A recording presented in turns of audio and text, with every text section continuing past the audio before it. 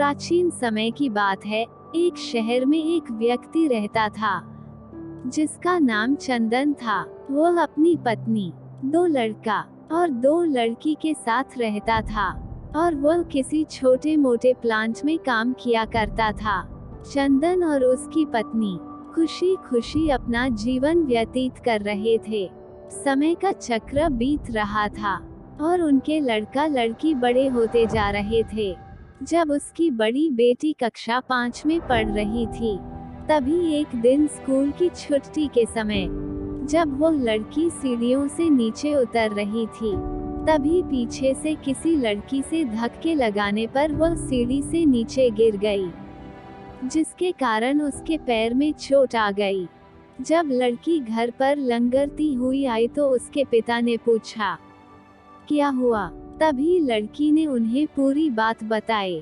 पिता ने सोचा छोटी मोटी चोट है, और यह सोचकर उसने अपनी बेटी से कहा कि इसे गर्म पानी से सेंक लो, ठीक हो जाएगा। कुछ दिन बीतने के बाद लड़की का पैर फूलने लगा और उसे चलने में दिक्कत होने लगी। तभी उसके पिता ने कुछ लोगों की बातें सुनकर किसी एक ओझा को ले आए, जबकि उसे कुछ नहीं आता था और वह पैर ठीक नहीं कर पाया। कुछ समय बीतने के बाद जब उसकी लड़की की हालत और ज्यादा खराब होती जा रही थी, एक दिन जब उसके पिता अकेले कहीं बैठे हुए थे, तो वह मन ही मन सोच रहे थे कि क्या करें। तभी सोचते सोचते उनके दिमाग में आया, क्यों ना डॉक्टर से दिखाया जाए। तभी दूसरे दिन वह अपनी लड़की को लेकर वहीं पास के अस्पताल में जाते हैं। डॉक्टर जब लड़की को देखता है तो लड़की के पिता से कहता है कि जल्द ही इसका ऑपरेशन करना होगा, क्योंकि इस लड़की के पैर में एक बहुत बड़ा घाव हो चुका है, जिसके कारण लड़की का पैर भी काटना पड़ सकता है। पिता डॉक्टर से पूछता है कि ऑपरेशन में कितने पैसे लगेंगे। तभी डॉक्टर कहता है 40,000 लगेंगे। पिता घबरा जाता है, लेकिन पैसे की तलाश में इधर से उधर जाने लगता है। इधर उधर भाग दौड़ करने के बाद पैसे की व्यवस्था कर लेता है और लड़की का ऑपरेशन हो जाता है। ऑपरेशन के बाद लड़की अपने घर आ जाती है, परंतु लड़की के पैर में कुछ सुधार न होने के कारण पिता चिंतित रहने लगता है।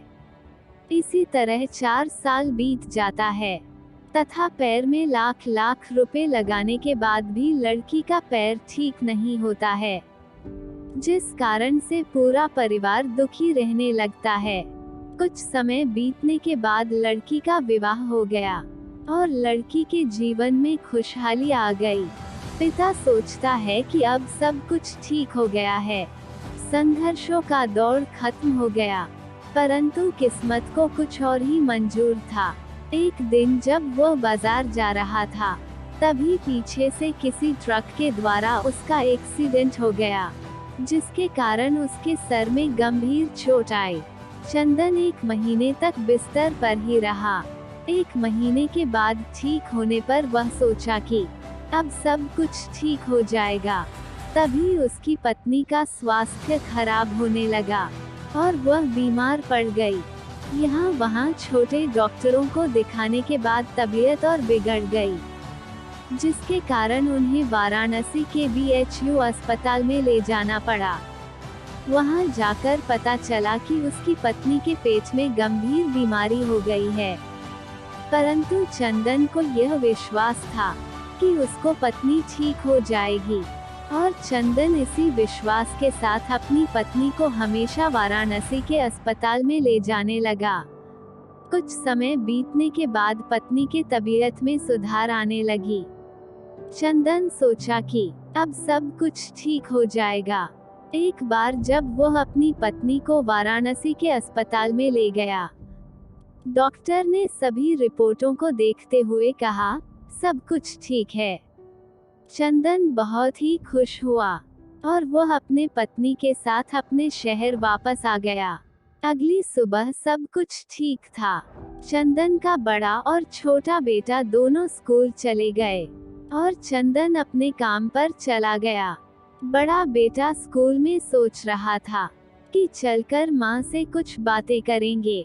तभी 11 बजे उसका मित्र आता है और कहता है कि चलो तुम्हारी माँ की तबीयत खराब हो गई है। बड़ा बेटा दौड़ता हुआ अपने घर की तरफ आता है। तब तक बहुत देर हो गई होती है। उसकी माँ की मृत्यु हो चुकी होती है। बेटा माँ को देखते ही फूट फूट कर रोने लगता है और वह अपनी माँ का अंतिम संस्कार करता है।